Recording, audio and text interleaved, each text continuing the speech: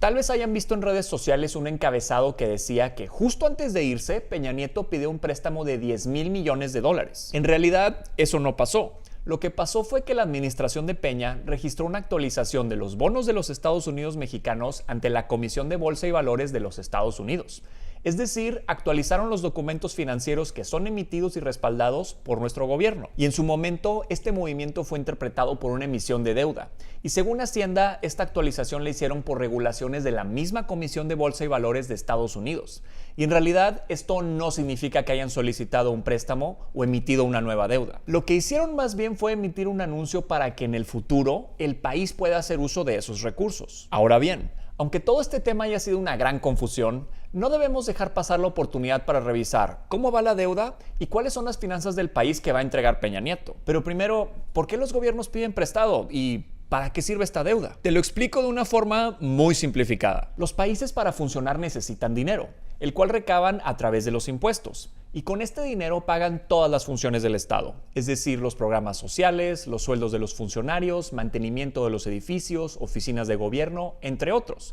Y a esto se le conoce como el gasto corriente. En otras palabras, el gasto corriente es básicamente todas esas cosas que hay que pagar para mantener al país tal y como está. Ahora bien, en muchas ocasiones el gasto corriente ocupa la mayoría del dinero que se recauda de los impuestos. Y cuando se quiere hacer una inversión extra, ya sea en infraestructura o cualquier otra cosa, los gobiernos piden prestado. En nuestro caso, nosotros tenemos deuda con Estados Unidos, organismos financieros internacionales, Japón, Gran Bretaña, Alemania, Suiza, Francia y Canadá. Y todos los países del mundo tienen deuda para financiar diferentes necesidades. La diferencia es cómo se administra y a qué se destina ese dinero. Es decir, si usas ese dinero en cosas productivas como la creación de carreteras, trenes o transporte público en los estados, generalmente es bueno porque se usa ese dinero para una sola obra que eventualmente genera riqueza. Y de esta manera puedes pagar de regreso esa deuda. Pero si usan estos préstamos para seguir financiando el gasto corriente, por ejemplo, difícilmente funcionará a largo plazo ya que este tipo de gastos no se detiene y por ende nunca podrá salir de la deuda. Ahora bien, muchos expertos dicen que en nuestro caso, nuestro gobierno gasta más de lo que gana. Y a eso se le llama déficit. Pero también es importante señalar que no todo déficit es necesariamente malo. Si se maneja de manera correcta, puede servir para estimular la economía, como los ejemplos de infraestructura que acabo de mencionar. Pero en esos casos, los fondos deben ser bien administrados, lo cual nos lleva a revisar el caso de Peña Nieto y ver en cuánto aumentó la deuda y en qué invirtió en este sexenio. Primero, la deuda. Del 2012 al día de hoy, la deuda aumentó de 37 a 42% del Producto Interno Bruto, es decir, un aumento de un poco más del 5% en 5 años y medio.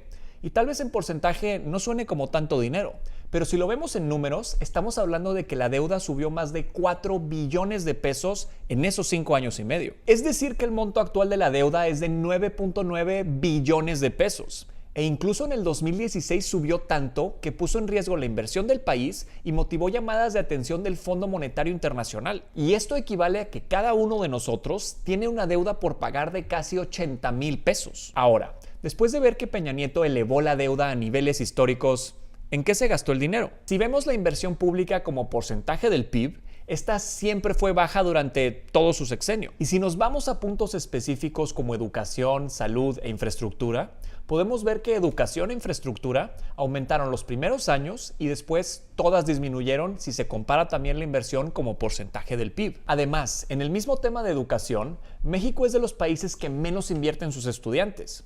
Aquí en el país gastamos $3,700 por alumno, mientras que el promedio de los países integrantes de la OCDE es de $10,180. Y en el tema de salud, y en esa misma comparativa con los demás países de la OCDE, somos uno de los países que más gasta en servicios de salud privados por la insuficiencia de los servicios públicos de salud. Ahora, si revisamos otros gastos de esta misma administración, encontraríamos que Peña Nieto siempre se excedía por miles de millones de pesos en publicidad oficial, incluso llegando a gastar lo equivalente a 1 millón de pesos por hora. Es decir que en el lugar de aumentar la inversión para que todas las escuelas de México tengan acceso a algo tan básico como agua potable, decidía gastar más dinero de lo que tenía permitido en decirnos que lo bueno no se cuenta, pero cuenta mucho. Y la verdad es que no sé si lo bueno se cuenta o no.